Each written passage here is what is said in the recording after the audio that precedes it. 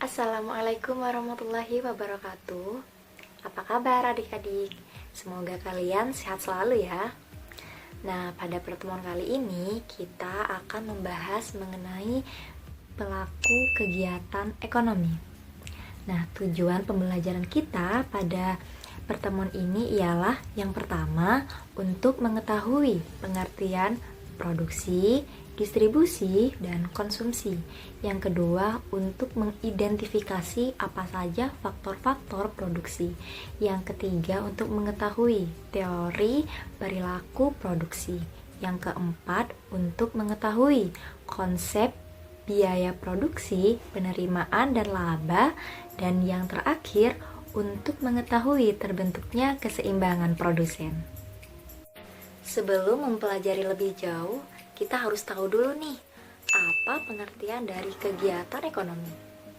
Nah, kegiatan ekonomi adalah kegiatan yang bertujuan untuk menghasilkan barang dan jasa untuk memenuhi kebutuhan hidup. Ketika mendengar kata produksi, mungkin adik-adik berpikir, produksi itu apa ya? Nah, produksi adalah usaha manusia untuk menghasilkan atau mengubah suatu barang atau jasa yang bernilai ekonomi lebih tinggi. Dan orang atau lembaga yang melakukan kegiatan produksi disebut sebagai produsen. Ketika berbicara mengenai produksi, kita harus tahu faktor-faktor produksi. Nah, faktor produksi adalah sumber daya yang digunakan dalam proses produksi barang atau jasa. Faktor produksi ada 4. Yang pertama, sumber daya alam. Yang kedua, tenaga kerja. Yang ketiga, modal. Dan yang keempat adalah kewirausahaan.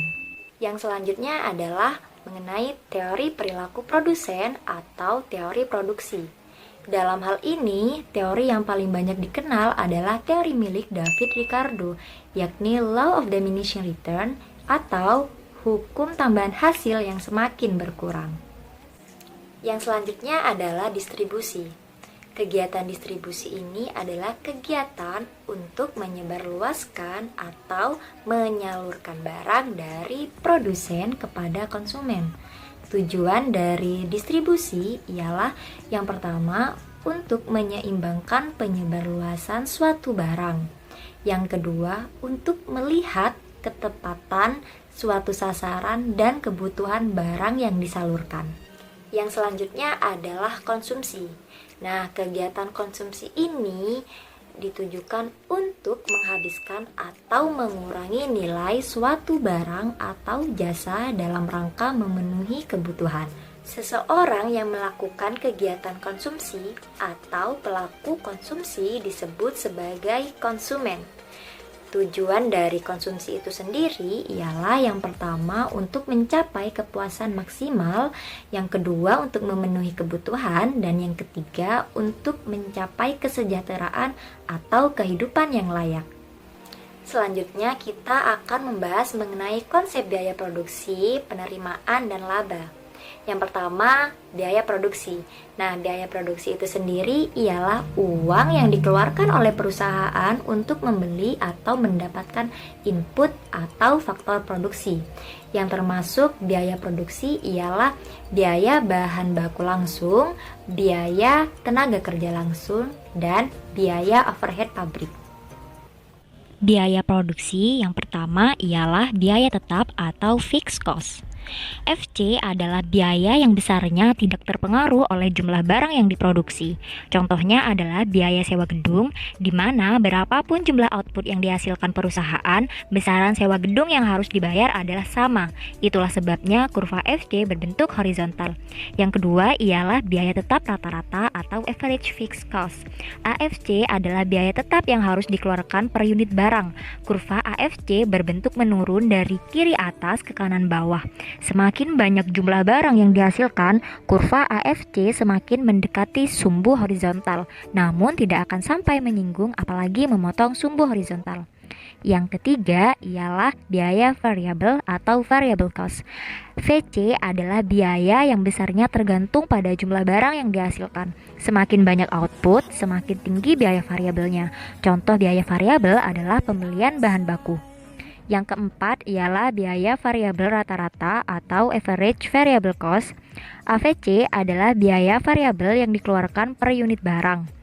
AVC menurun dengan semakin banyaknya barang yang dihasilkan sampai mencapai titik minimum tertentu atau kapasitas produksi optimal, dan kemudian naik apabila produksi terus ditambah. Yang selanjutnya ialah biaya total atau total cost.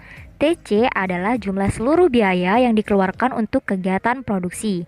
Biaya ini merupakan penjumlahan dari biaya tetap dan biaya variabel. Kemudian ada biaya rata-rata atau average cost dan biaya marginal atau marginal cost. AC adalah biaya yang dikeluarkan untuk setiap satu unit barang yang diproduksi. Semakin banyak barang yang diproduksi, AC akan menurun hingga mencapai titik minimum pada jumlah produksi tertentu. Selanjutnya, bila produksi terus ditingkatkan, AC akan bergerak naik. Terdapat MC yang menggambarkan berapa biaya total bertambah jika produksi ditambah dengan satu unit. Yang selanjutnya ialah penerimaan atau revenue. Penerimaan itu sendiri merupakan total pendapatan yang didapatkan oleh produsen dari hasil penjualan barang atau jasa yang telah diproduksi. Penerimaan meliputi yang pertama, penerimaan total atau total revenue. TR adalah penerimaan seluruhnya yang diterima oleh produsen dari hasil penjualan. Yang selanjutnya ialah penerimaan rata-rata atau average revenue. AR adalah penerimaan produsen per unit barang yang dijualnya. Kemudian yang terakhir ialah penerimaan marginal. MR adalah kenaikan penerimaan total yang disebabkan oleh tambahan penjualan sebesar 1 unit. Dan yang selanjutnya ialah laba. Nah, laba itu sendiri merupakan selisih antara nilai yang dihasilkan dengan nilai yang dikeluarkan. Nah, nilai yang dihasilkan ini merupakan penerimaan, sedangkan nilai yang dikeluarkan merupakan biaya produksi. Nah, apabila total penerimaan lebih besar dibandingkan dengan total biaya produksi, maka perusahaan mendapatkan laba. Namun, ketika total penerimaan lebih kecil dibandingkan dengan total biaya produksi, maka perusahaan mengalami kerugian. Yang selanjutnya ialah keseimbangan produsen. Nah, keseimbangan produsen itu sendiri merupakan suatu keadaan di mana produsen memiliki batas maksimal dengan segala keterbatasan yang ada untuk menghasilkan suatu output. Nah, keseimbangan produsen tersebut memperhatikan adanya asumsi dua faktor produksi variabel, yaitu tenaga kerja dan modal. Keseimbangan produsen tersebut dapat terlihat dari adanya persinggungan kurva isokos dan kurva isokuan bila diletakkan pada kurva yang sama. Isokos adalah kurva yang menunjukkan berbagai kombinasi antara dua input yang berbeda yang dapat dibeli oleh produsen pada tingkat biaya yang sama. Sementara isokuan adalah kurva yang menunjukkan kombinasi input yang dipakai dalam proses produksi yang menghasilkan output tertentu dalam jumlah yang sama.